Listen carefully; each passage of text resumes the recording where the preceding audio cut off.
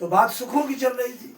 लक्ष्मण जी ने जब राम जी से पूछा भक्ति कहाँ रहती, भक्ति सुखों की जड़ है, तो उन्होंने कहा था तात भगति अनुपम सुख मूला, ये तो निश्चित है। और राम जी ने भक्ति के साधन के बारे में कहा था प्रथम ही विप्रचरण अति प्रीति तब मम धर्म उपज असनीति, कि पहले ब्राह्मण के चरणों में रति रखो। लेकिन अब जो है ऐसा लोग भ्रमित हैं कि जो और रामायण की बात रही, रामायण तो उनको सुनने का भी अधिकार नहीं है जो ब्राह्मणों से द्वेष करते हैं। अब हम देख रहे हैं कि चारों तरफ विप्रद्रोह की एक आग चल पड़ी और विप्रद्रोह करके भी दारू पी के लोग रामायण पढ़ते हैं और अपने को बड़े ज्ञानी सिद्ध करते। बाद ही शूद्र द्विजन सन हम तुम ते कछु घाट, लेकिन जान ही ब्रह्म जो विप्र आंख देखा गई डांट।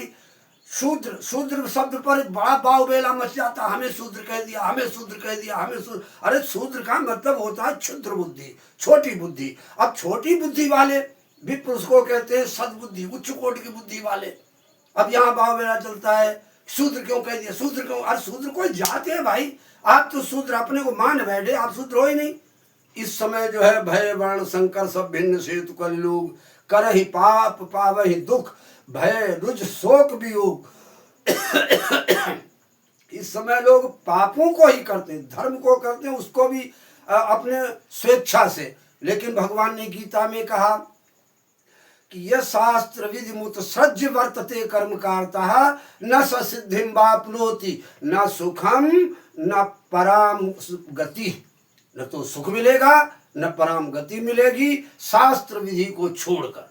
अब शास्त्रों को मानते नहीं, शास्त्र में अगर कोई लिखा है तो ये गलत लिख दिया, ये गलत लिख दिया। अरे भाई क्या चाहते हो, दुखों की ओर बढ़ रहे हो तो दुख क्यों उस नरक में जाना चाहते हो। तीन ही नरक के रास्ते, तीन ही स्वर्ग के रास्ते हैं, नरक के रास्ते हैं कामा क्रोधा लोभस्तदा तस्मात् दत्रयम् त्यजेत्। अरे इनको छोड़ो, ब्राह्मण शूद्र वैश्य के चक्कर में मत पड़ो, इन तीन में से कुछ छोड़ो।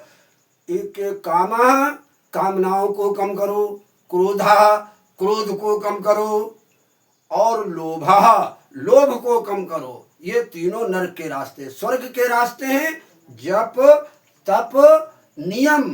रामायण में भी कहा जब तप नियम जलाशय जारी हो ग्रीष्म शोषई सब नारी। अरे भाई क्यों ऐसा करते हो, कामी होकर क्रोधी होकर लोभी होकर भी तुम राम जी की भक्ति करना चाहते हो, सपने में नहीं कर पाओगे।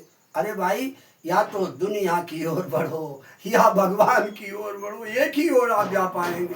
दोनों तरफ आप जा रहे हो तो दोनों तरफ रबर की तरह खींचोगे। गृहस्थी में रहना बुरा नहीं है, बुरा है कि भगवान में की शरण में न रहना। अरे भाई पापों से इतना सब प्रोपोगंडा करते हो, पापों पाप है पाप है पाप है। लेकिन भगवान ने कहा सर्वधर्मान परित्यज्य मामेकं शरणं व्रज अहम त्वां सर्व पापेभ्यो मोक्षयिष्यामि मा शुचः। भगवान ने वादा किया कि आप सभी धर्मों को छोड़ दो लेकिन हमारी शरण में आ जाओ। भगवान की शरण में अगर नहीं पहुंचे और धर्मों को छोड़ दिया तो आप कहीं के भी नहीं रहोगे। बस हमारे कहने का मतलब ये है भगवान की भक्ति जरूर कीजिए, सुख मिलेगा, भक्ति नहीं करोगे दुख मिलेगा। इसमें प्रोपोगंडा मत करो, अपने को न शूद्र समझो न ब्राह्मण समझो, अपने को भगवान का भक्त समझो। जैसे तो आपके अवगुण भी बदल जाएंगे। जैसे काकभूषण जी को देखो, काकभूषण जी